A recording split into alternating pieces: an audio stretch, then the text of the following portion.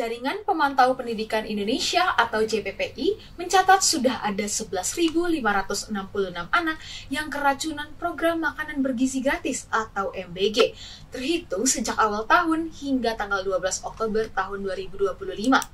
Namun, di sisi lain, dari Kementerian Sekretariat Negara Republik Indonesia, Presiden Prabowo Subianto menyatakan bahwa sebenarnya program MBG ini justru merupakan sebuah investasi untuk mencetak generasi yang sehat, cerdas, dan produktif. Lantas, bagaimana seharusnya program makanan bergizi gratis ini berjalan? Untuk menanggapi hal tersebut, pada kesempatan kali ini sudah ada bersama saya Ibu Dr. Jumikasih SHM dan juga Ibu Umu Hilmi SHMS, yang mana beliau berdua merupakan dosen Fakultas Hukum Universitas Brawijaya. Ibu Dr. Jumikasih sendiri berasal dari konsen Hukum Perdata dan untuk Ibu Umu Hilmi sendiri berasal dari konsen Hukum Ketenagakerjaan. Selamat pagi kepada Ibu Jumikasih dan Ibu Umu. Bagaimana kabarnya hari ini, Ibu?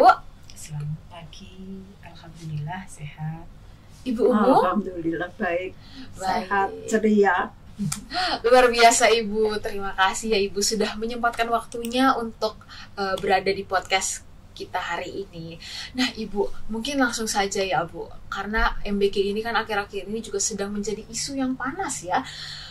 Mungkin Sobat Eva bertanya-tanya nih, kalau dari sudut pandang hukum sendiri, bagaimana sih sebenarnya tanggung jawab negara terhadap pemenuhan gizi masyarakat, khususnya anak-anak? Mungkin dari Ibu berdua bisa dijawab pertanyaan ini dan dijelaskan kepada Sobat Eva. Baik, terima kasih Mbak Sherlyn atas pertanyaannya. Jadi memang program makan bergizi gratis ini merupakan program unggulan dari Presiden Prabowo ya, yang sudah digaungkan sejak kampanye pemilihan dulu, yang kemudian memang diimplementasikan ketika beliau terpilih sebagai presiden.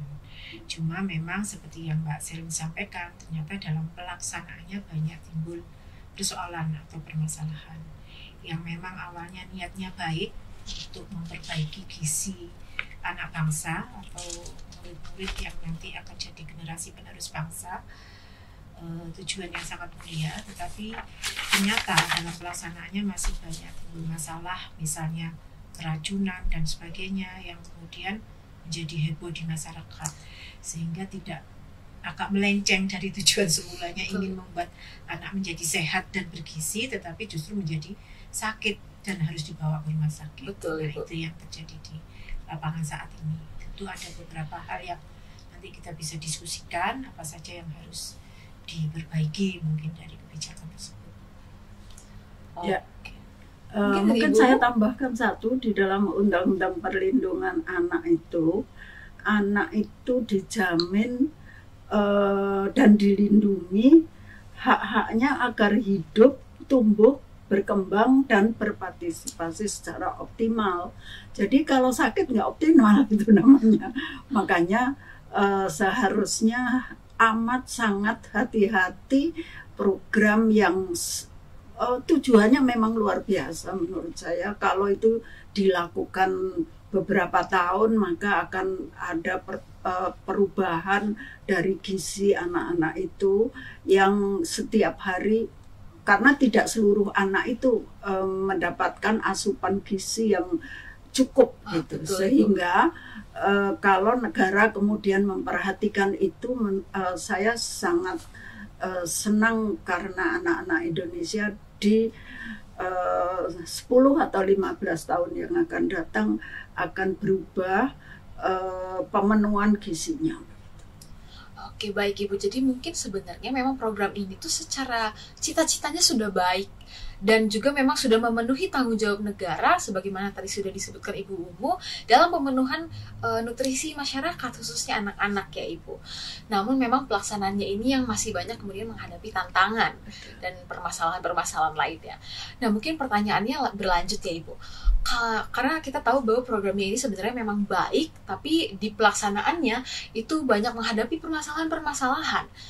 Nah, kemudian bagaimana sih untuk Ibu Jumikasih dan Ibu Umu Hilmi sendiri dari sudut pandang hukum ini, bagaimana seharusnya program MBG ini kemudian diterjemahkan dari kebijakan tingkat pusat sampai ke meja anak-anak di sekolah agar kemudian bisa benar-benar terlaksana sebagaimana harusnya?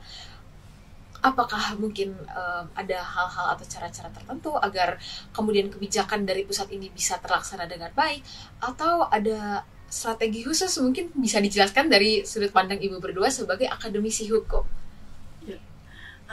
Saya kira memang tidak mudah ya, itu pasti kita harus sadari. Untuk memberi makan anak di sekolah jumlahnya pasti luar biasa ya, seluruh Indonesia itu. Lihat saja di PPS jumlah anak yang lagi di sekolah itu berapa, dan itu tidak mudah tentu.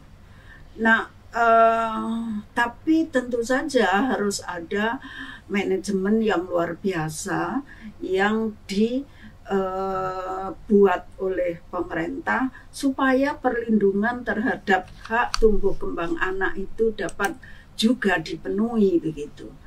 Nah, kehati-hatian dari pemberian makanan itu kepada anak, maka menurut saya satu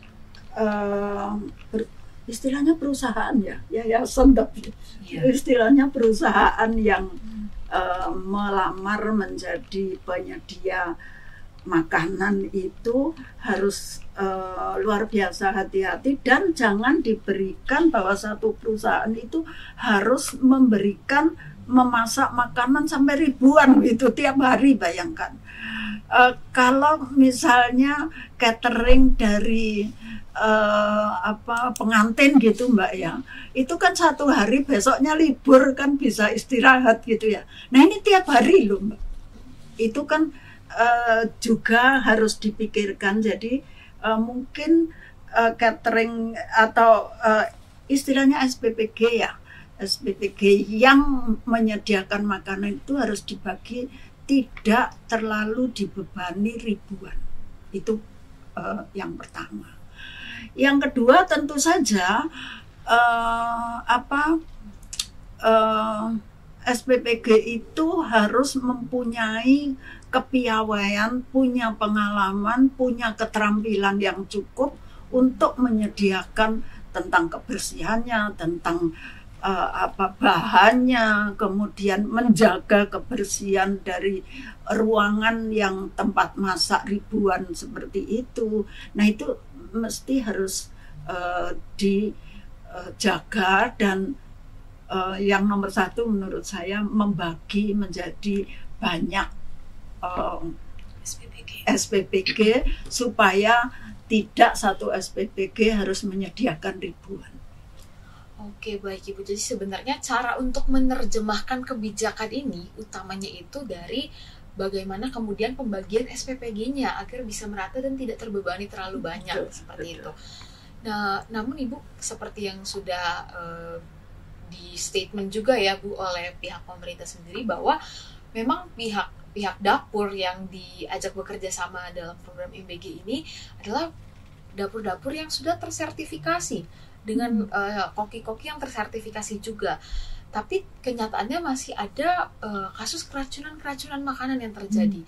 Nah mungkin selain dari pemilihan yang baik tentunya, apalagi sampai sudah bisa menjamin kalau itu tersertifikasi, adakah tindakan atau hal lain yang bisa dilakukan agar tetap berjalan sebagaimana mestinya dan menghindari terjadinya keracunan dan hal-hal yang tidak diinginkan lainnya, Ibu? Oke, mungkin boleh saya jawab ya? Iya. Seperti yang disampaikan tadi Mbak Selin, memang sebetulnya aturannya itu sudah ada terkait dengan higienitas dari suatu produk yang akan dikonsumsi begitu ya, mulai dari Undang-Undang Nomor 18 Tahun 2012 tentang pangan, kemudian juga ada Peraturan Menteri Kesehatan Nomor 14 Tahun 2021 tentang standar kegiatan usaha dan produk pada penyelenggaraan perizinan berusaha berbasis resiko sektor kesehatan, itu juga sudah ada. Kemudian juga ada Keputusan Menteri Kesehatan Nomor 1098 Tahun 2003 tentang persyaratan higienis sanitasi rumah makan dan restoran. Kemudian juga ada Permenkes Nomor 1096 Tahun 2012 2011 tentang higien sanitasi jasa boga. Jadi kalau dari sisi aturan sebetulnya itu sudah tercukupi begitu ya. Ada banyak aturan yang mengatur tentang kewajiban bagi pengelola rumah makan atau penyedia jasa makanan itu yang harus memenuhi syarat-syarat higienitas. Yang mungkin itu kenapa kok terjadi keracunan kan, padahal sudah banyak aturannya yang harus bersertifikat, tapi kok faktanya banyak keracunan kan, berarti aturannya tidak terimplementasi dengan baik begitu ya. Aturan yang sudah ada itu ternyata mungkin tidak dilaksanakan. Kalau dilaksanakan kan tidak mungkin ada banyak kasus keracunan makanan, apalagi ini untuk anak-anak begitu ya. Jadi saya rasa mungkin kalau dari sisi hukum perlu bagaimana penegakan hukum dari aturan-aturan yang sudah ada.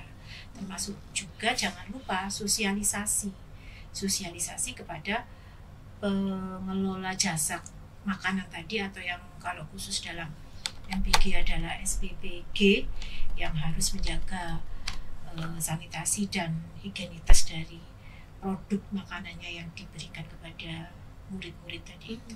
Seperti itu. Boleh saya tambahkan? Sebenarnya kan program ini dilaksanakan mulai Desember ya. Bayangkan menguji kompetensi dari SPPG yang amat sangat banyak. Kemudian pengujinya juga baru pertama, SPPG-nya baru pertama. Nah, karena itu menurut saya memang dipertanyakan apakah pensertifikasian itu memang sudah melaksanakan peraturan-peraturan yang seperti itu, dan pengujinya itu sudah punya kompetensi yang cukup untuk menguji, dan yang diuji pun itu sudah cukup untuk diuji begitu. Ini baru pertama loh. Pertama kemudian tiba-tiba muncul perusahaan atau penyedia jasa itu yang begitu banyak.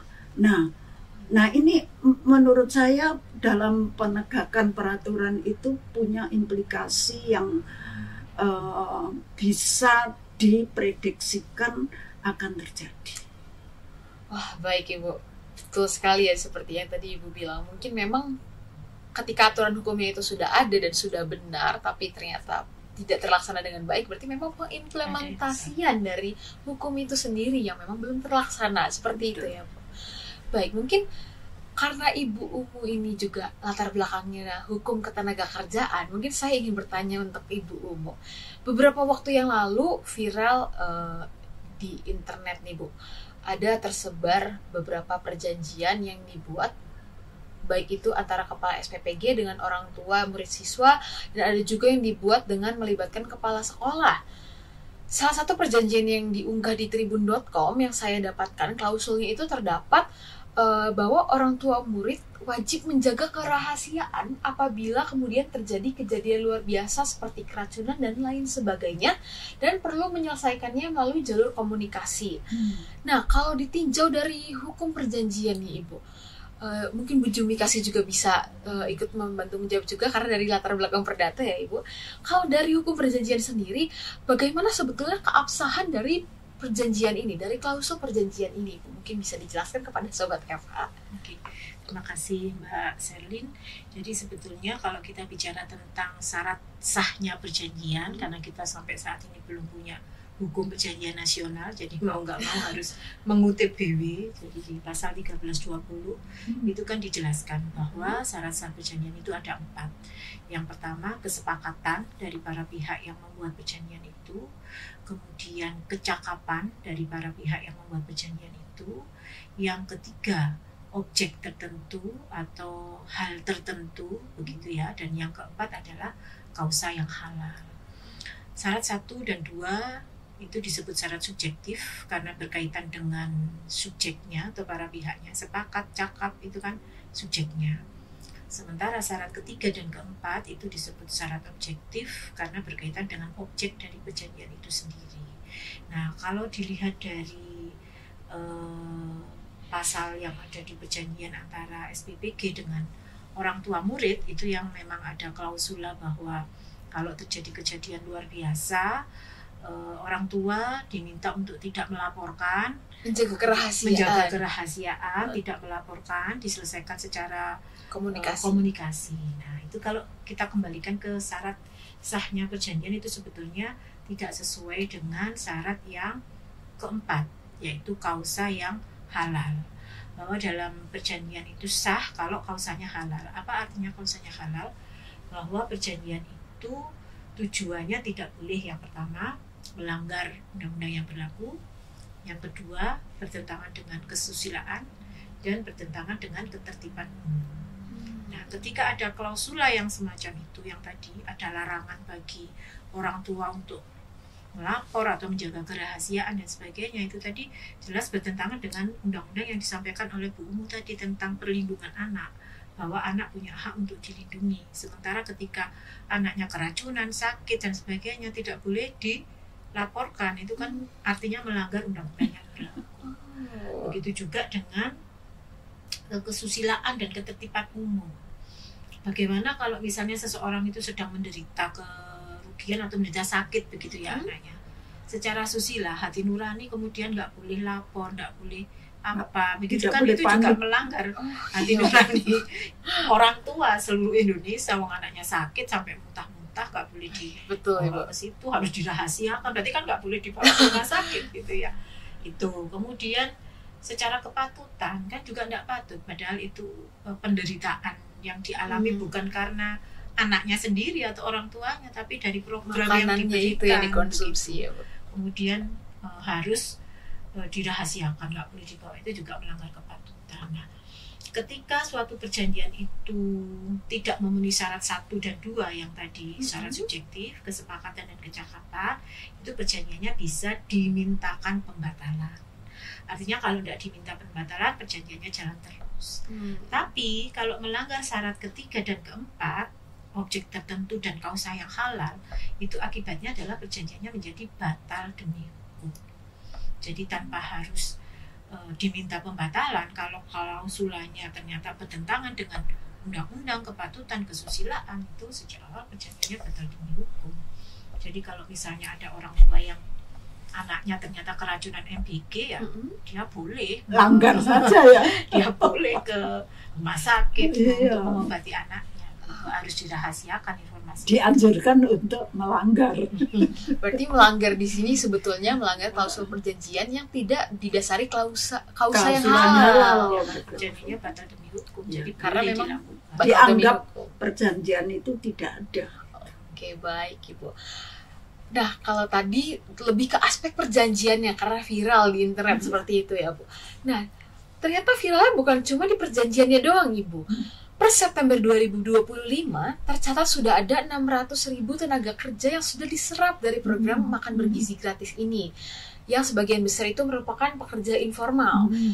Tapi ternyata fakta di lapangan masih menunjukkan kalau ada tenaga lapangan Satuan Pelayanan Pemenuhan Gizi atau SPPG ini yang kemudian masih menerima gaji atau upah di bawah UMR. Salah satu contohnya itu di SPPG Denpasar, dikutip dari bisnisbali.com, bahwa upah tenaga kerjanya itu masih di bawah UMR Kota Denpasar. Nah, mungkin kalau dari Ibu Umu sendiri, dari sudut pandang hukum perburuhan, hukum ketenagakerjaan, kira-kira kalau seperti ini, bagaimana kemudian tanggapan Ibu sebagai akademisi hukum ketenagakerjaan, Ibu? Ya, hukum ketenagakerjaan atau hukum perburuan sekarang itu agak menyedihkan menurut saya ya. Wah, kenapa tuh, Bu? Karena sebenarnya UMR itu kalau untuk apakah pertanyaannya perusahaan yang melayani jasa makanan atau SPPG itu namanya SPPG ya? SPPG itu perusahaan kecil atau usaha kecil atau usaha mikro gitu. Kalau memang itu di undang-undang itu diperbolehkan membayar upah 50% dari UMR. Oh. Ngeri ya, saya merinding itu. Sebagai pengajar hukum perburuan, jadi memang diperbolehkan, Mbak. Hmm. Kalau ada syaratnya. Syaratnya Apa tuh, Bu, syaratnya? adalah usaha mikro itu kalau modalnya paling banyak ya, paling banyak itu 500 juta. Jadi itu masuk usaha kecil semua itu kan, karena modal itu di luar bangunan dan gedung. Jadi modal untuk putar Bisnisnya. ya, putar bisnisnya itu 500 juta. Jadi semuanya usaha kecil, jadi boleh dong begitu loh. Secara normatif memberi upah di bawah UMR, UMK, upah minimum kota atau kabupaten, boleh gitu ya. Dan kalau itu perusahaannya termasuk usaha kecil atau usaha mikro, maka dalam normanya dikemukakan upahnya itu standar minimalnya adalah kembali ke zaman Orde Baru dulu. Standarnya KFN, kebutuhan fisik minimum. Bayangkan. Ngeri ya. Saya baru tahu nih Bu, ini sangat menarik sekali ternyata ya. Jadi Dunia kebutuhan untuk pekerjaan fisik ini. minimum. Jadi artinya, dan dalam praktek biasanya upahnya 50% di bawah upah minimum kabupaten atau kota. Oke Ibu, karena memang secara normatif itu sebenarnya kalau untuk usaha mikro kecil Ya itu menengah gara-gara Undang-Undang Cipta Kerja, Pak. jadi memang ada keterkaitan satu sama lain ya Iya, berupanya betul. ini. Jadi bukan Undang-Undang yang 13 tahun 2003, karena Undang-Undang Cipta Kerja yang kemudian dijadikan Perpu, kemudian Perpunya disahkan, itu bunyinya seperti itu, Mbak. Gitu. Jadi ngeri juga ya. Nah, kalau pikiran saya begini, jadi upahnya kecil tapi minta kompetensinya tinggi. Oh ya. Nggak Karena fair harus- kan? Nggak adil menurut saya. Tapi Bu, karena menariknya ini dengan tadi fakta yang baru Ibu sampaikan ya, ini juga saya baru tahu. Tapi ternyata rupanya program MBG ini malah menyerap banyak tenaga kerja seperti itu. Jadi sebetulnya bagaimana Ibu, pandangan Ibu sendiri terkait hal ini? Apakah ini tuh hal yang baik namun memang perlu dibenahkan lagi, atau memang sebetulnya ya ini biasa saja lah, atau ini bare minimumnya saja lah, standar minimumnya saja, atau bagaimana Ibu? Iya, memang secara normatif boleh ya. Artinya perusahaan tersebut atau yayasan tersebut atau SPPG tersebut tidak melanggar peraturan. Tapi secara kemanusiaan itu tidak baik gitu ya. Harusnya memang kalau negara itu terserap tenaga kerja is oke ya. Memang kita ingin bahwa banyak pekerja yang terserap gitu. Tapi satu, kompetensinya karena berkaitan dengan kesehatan anak, Betul, maka Ibu. harus ada kompetensi yang cukup untuk melakukan pekerjaan itu. Seperti harus pakai Hand sarung gloves, ya. tangan, kemudian harus bahan, memilih bahan dan lain sebagainya. Itu termasuk kompetensi dari orang-orang di dapur yang dibayar di bawah upah minimum tadi. Jadi ya saya berharap APBN kita itu membaik di tahun yang akan datang dan semuanya kemudian diperbaiki, termasuk upah dari itu diberikan standar lah pengaturan oleh negara, karena ini kan seluruh Indonesia nantinya. Betul, Ibu. Selama pemerintahan Presiden Prabowo kita. Jadi harus diperbaiki lah setahun demi setahun. Oke, ini tahun pertama, jadi berarti tidak boleh juga dimaafkan yang keracunan ya. Baik, Ibu. Tapi untuk tenaga kerja segala macam ya udah. Untuk tahun pertama trial and error mungkin bisa kita katakan seperti itu. Nanti tahun berikutnya harus diperbaiki. Baik, Ibu. Berarti sebenarnya karena memang udah ada undang-undang yang membolehkan, kemudian di bawah UMR, dan juga mungkin karena masih tahun pertama, maka akhirnya ada ketidakselarasan antara apa yang dicita-citakan dengan implementasinya. Namun semoga di tahun kedua bisa dibenahi dari hal ini ya, Bu. Juga termasuk hak dari para pekerjanya, ya. Seperti itu. Baik, Ibu. Mungkin ini pertanyaan terakhir dari saya, Ibu. Karena kita melihat ya, Bu, tadi juga sebagaimana sudah kita diskusikan bahwa sebenarnya program ini tuh baik. Namun memang pelaksanaannya sekali lagi banyak permasalahan yang harus dihadapi sehingga tidak bisa mencapai cita-cita dari apa yang sudah ditetapkan sejak awal gitu, Bu. Nah, menariknya juga tadi dari Ibu Ungu sendiri menyatakan bahwasannya kemudian program ini itu perlu dibenahi dari segi pembayaran upahnya, APBN negara seperti itu. Tapi kita tahu bahwa APBN negara itu juga banyak dibagi-bagi seperti itu ya, Bu. Nah, mungkin dari hal itu dan hal-hal faktor-faktor lainnya, kira-kira apa sih, Bu, yang harus dilakukan agar kebijakan ini akhirnya bisa berjalan sesuai hakikatnya, Bu? Bisa dari segi tadi distribusi APBN-nya, karena kita tahu juga bahwa Indonesia tuh harus mendistribusikan banyak APBN ke beberapa sektor seperti itu, dan juga mungkin dari tadi pengimplementasian undang-undangnya agar bisa selaras dan hal-hal lain. Mungkin dari Ibu, dari Bu Jumi Kasih, dari Bu Umu, bagaimana tanggapannya? Dari saya dulu mungkin. Ya. Oke, jadi memang suatu gagasan atau ide yang baik itu kan sebaiknya juga direncanakan dengan baik, begitu ya.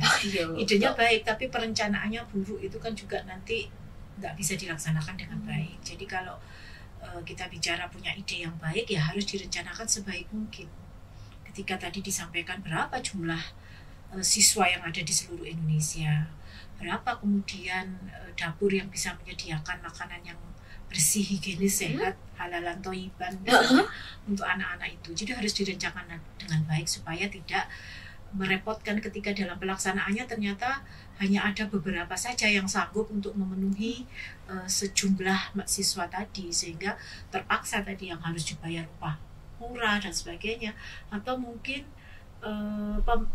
jeda waktu antara masaknya MBG dengan kemudian ada di hadapan meja para siswa itu ternyata rentang waktunya sudah sangat panjang, terlalu jauh, mungkin makanannya sudah basi karena basi, anaknya keracunan, sakit perut dan sebagainya. Jadi selain aspek perencanaan yang harus dengan matang, kemudian yang kedua adalah aspek penganggaran. Jadi ketika sudah direncanakan secara komprehensif menyeluruh ke seluruh Indonesia, begitu ya, dilihat dulu anggarannya cukup atau tidak. Ya, betul, karena tadi seperti yang Mbak sampaikan kan akan banyak sektor, nggak hanya MBG saja, tapi kalau ini menjadi prioritas program itu biasanya diutamakan. Jadi cukup nggak ini anggarannya untuk seluruh Indonesia begitu. Setelah itu, setelah dianggarkan baru kepada tahap pelaksanaan. Nah, ketika tahap pelaksanaan itu juga harus tetap dimonitor, tetap dievaluasi apakah pelaksanaannya sesuai dengan apa yang direncanakan, supaya tujuan awalnya bahwa anak-anak menjadi sehat, bergizi itu bisa tercapai. Nah, selain ada pelaksanaan dan pengawasan, monitoring pelaksanaannya juga ada pengawasan ini. Nah, pengawasan itu bisa dari semua stakeholder, saya rasa ya, dari orang tua siswa, dari siswa itu sendiri, dari sekolah, dari masyarakat, dari para ahli, begitu ya. Ketika kemudian makanan itu sebelum disajikan ke siswa di meja siswa itu kan harus dites dulu, ini layak atau tidak, halal atau tidak oleh yang ahlinya. Jangan kemudian memang ada ya wacana bahwa ya sebelum diberikan ke murid diberikan dulu ke gurunya, begitu ya.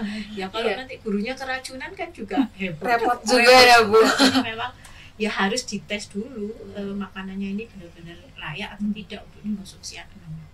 Baik Gitu sih Ibu. kalau dari saya, mungkin mau punya Ya pandangan. satu mungkin kita mungkin semua orang di Indonesia tahu bahwa APBN yang sekarang dijalankan itu bukan APBN yang diprogramkan oleh Pak Prabowo dan Gibran ya, tetapi oleh presiden yang sebelumnya. Tentu saja karena itu masih dalam taraf kampanye, belum tentu kepilih, jadi tidak dianggarkan toh Pak. Itu. Sehingga anggaran yang tahun ini memang sangat minim, sehingga scrap anggaran itu luar biasa ya.